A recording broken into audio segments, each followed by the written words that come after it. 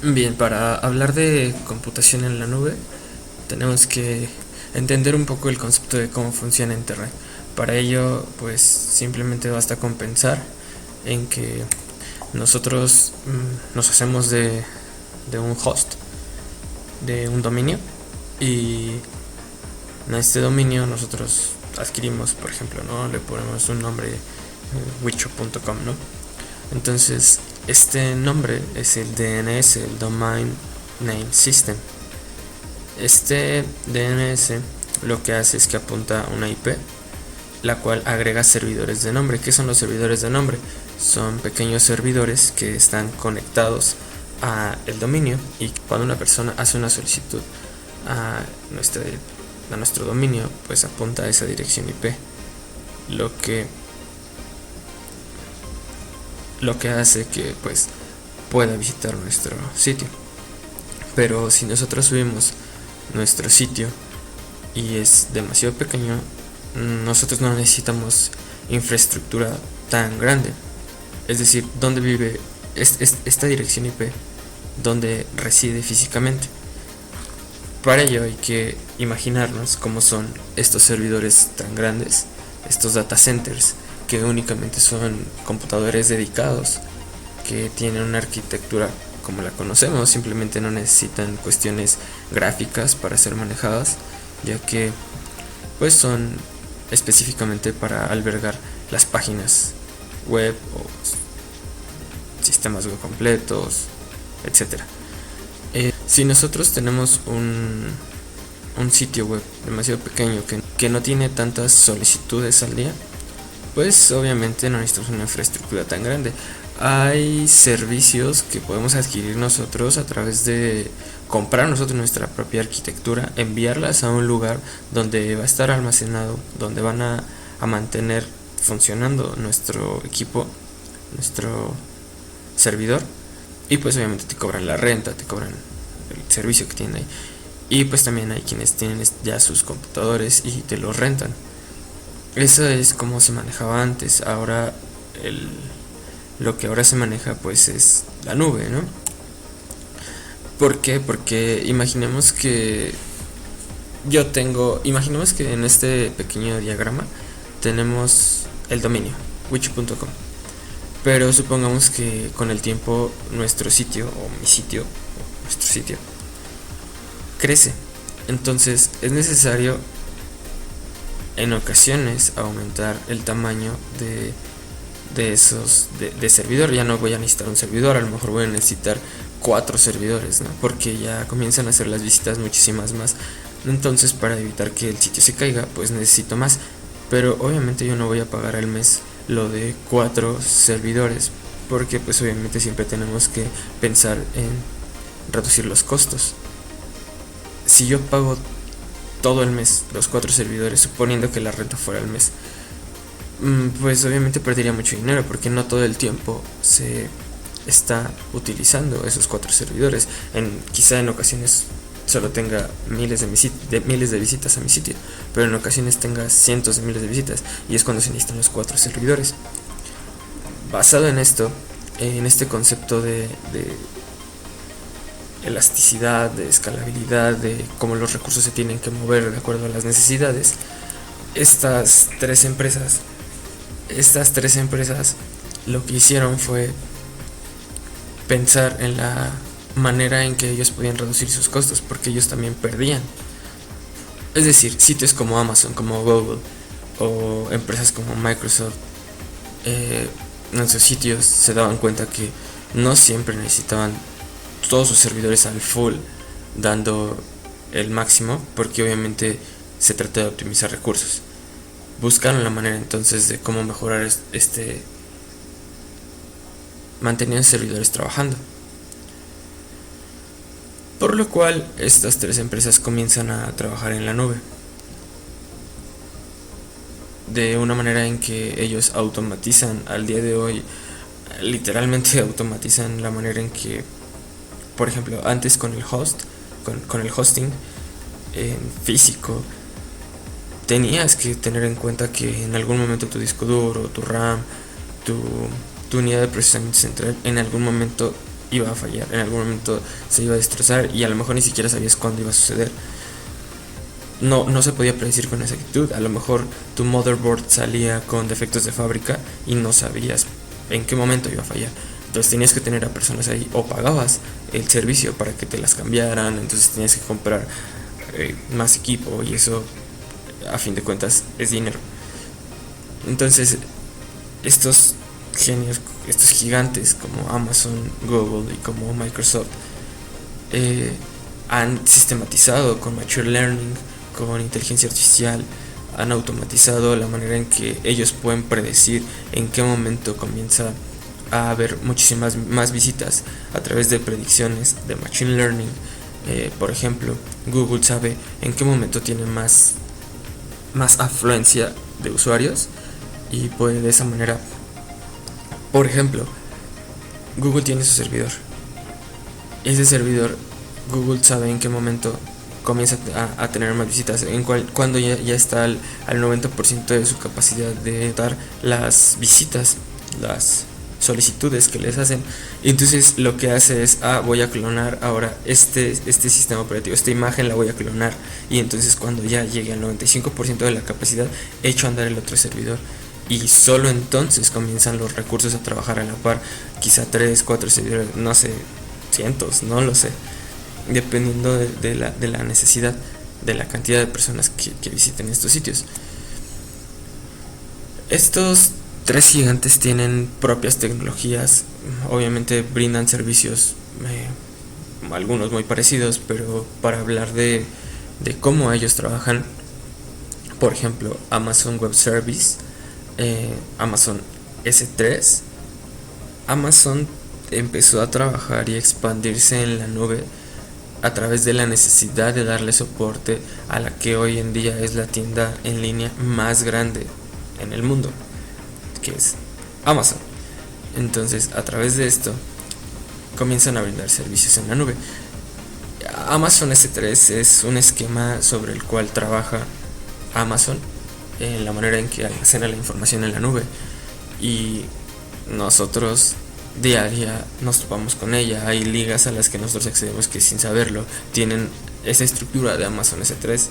En algunas ligas se alcanza a apreciar. Ejemplos muy claros: Netflix aloja su contenido en Amazon S3, obviamente con respaldos y todo lo que conlleva el tener tanta información en la nube. Dropbox trabaja de igual manera bajo esta estructura de Amazon S3. Después Google con Google Compute Engine. Esta tecnología está muy loca, porque si tú necesitas trabajar con Big Data, con cálculos muy grandes, esta es la opción, ¿no? O sea, su ingeniería de computación es magnífica, es muy poderosa. Después tenemos también Microsoft Azure. Y Microsoft siempre ha estado peleando, obviamente, en innovar, son de los punteros, ¿no?, en cuanto a tecnología, y por ello ellos han desarrollado algo que se llama Text Analytics API. ¿Qué hace esto? Que tú puedes ingresar texto a la nube, tú puedes ingresarle texto al sistema. Por ejemplo, si tú en tu sitio web tú tienes comentarios y constantemente te están llegando opiniones de tus usuarios, tú puedes ingresar todas estas conversaciones y te hace una predicción, te hace un análisis de esa conversación y te dice en qué momento la plática o el usuario se sintió más alegre, en qué momento se sintió aburrido, etcétera, etcétera. Y esto está muy, muy loco. Bueno, a mí me parece de ciencia ficción, ¿no?, todo esto. Otra cosa que tiene Microsoft Azure es que es de interfaz amigable, como siempre lo ha hecho Microsoft. Su interfaz es muy, muy amigable, entonces esto facilita que las empresas con el tiempo vayan migrando hacia la nube. Si no lo hacen, muchas de las veces es porque pues es un poco complicado, ¿no? El mudarse a la nube por todas las cuestiones técnicas que ello implica. Sin embargo, Microsoft ha hecho un muy buen trabajo en este sentido para hacerlo amigable.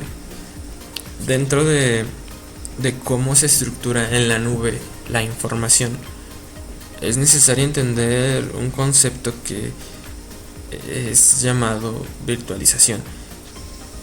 La virtualización de servidores no es más que una tecnología basada en software que nos posibilita la ejecución de varios sistemas operativos dentro de un único host servidor. De esto hablando del esquema físico, son las llamadas máquinas virtuales que ejecutan en una imitación virtual el hardware del servidor. ¿Qué quiere decir esto? Que imagínate que una máquina puede simular ser 10 máquinas, o que 10 máquinas pueden simular ser una máquina. Entonces, de acuerdo a las necesidades de cada... Entonces, de acuerdo a las necesidades, se puede aplicar este concepto de virtualización, o esta técnica de virtualización, a como uno mejor lo tenga, a como uno lo necesite. Una vez entendido qué es la virtualización, podemos hablar de qué es un hypervisor o un hipervisor. Un hipervisor no es nada más que un entorno que nos permite aplicar estas diversas técnicas de control de virtualización para usar al mismo tiempo distintos sistemas operativos en un mismo equipo, lo que se mencionaba con la virtualización.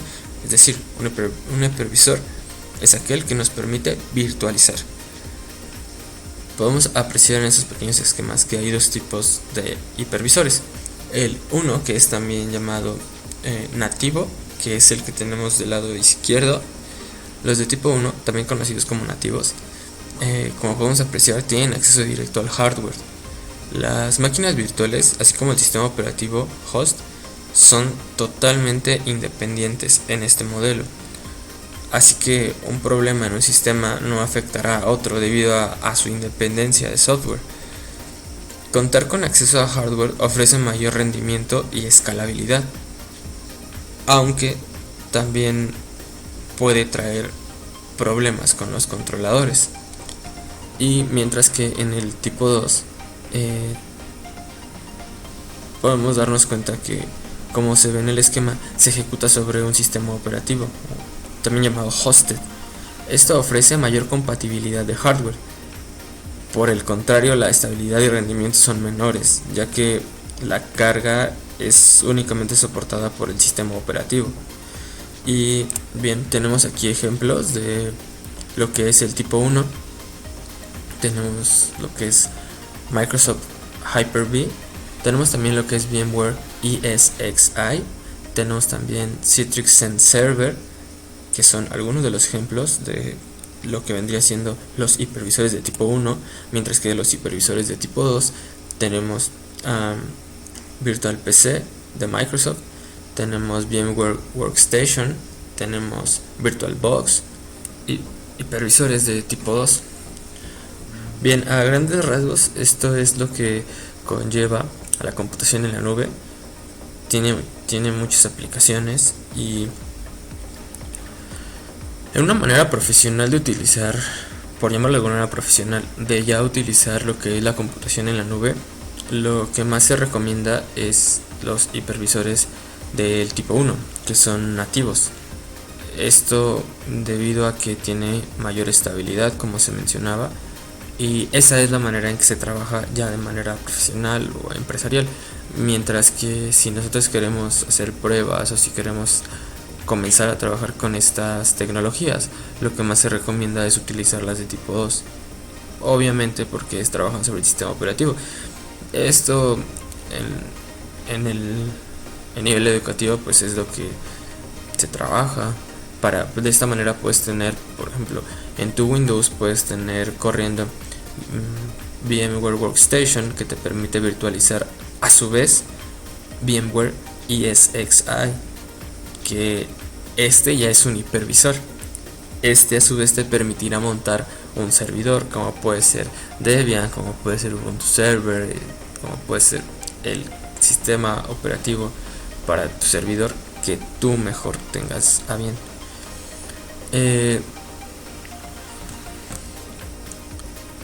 Estos son los conceptos de computación en la nube.